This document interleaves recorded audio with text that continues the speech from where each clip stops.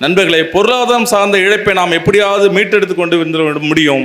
ஆனால் நம் குழந்தைகளுக்கு கொரோனா கொடுத்திருக்கிற பெரிய இழப்பு ஒன்று இருந்திருக்கு. உலகம் முழுக்க இருக்க கல்வியாளர்கள் அது குறித்து தான் பேசிக்கொண்டே இருக்கிறார்.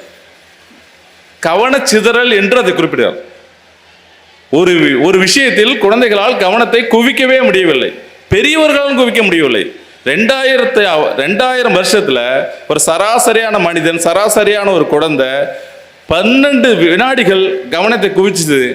2025 8 வினாடியாவது குறைஞ்சிருக்கு.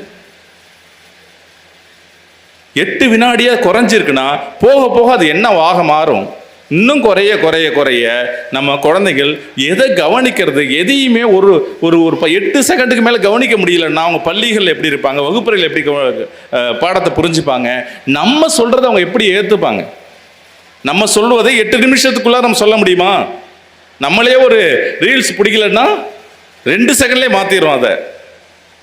அப்போ இந்த கவனச்சிதறலை என்ன பண்ணுறது, எப்படி நம்ம குழந்தைகள்கிட்ட இருந்து வெளில கொண்டு வர்றது? அதுக்கு பல்வேறு ஆராய்ச்சியாளர்கள் ஆய்வு பண்ணிக்கிட்டே இருக்காங்க, சர்வே பண்ணுறாங்க, எல்லாம் எடுக்கிறாங்க. ஆஸ்திரேலியா ஸ்டடின்னு ஒரு நிறுவனம் பண்ணப்ப அவங்க பல்வேறு ஆய்வுகள் முடிவு பண்ணப்பறம் சொல்கிறாங்க, குழந்தைங்களுக்கு கதைகள் சொல்லும் போது அந்த கவனச்சிதறல் ரொம்ப குறைஞ்சி போய் கவன குவிப்பு ஒரு இடத்துல வருது அப்படிங்கிறார்.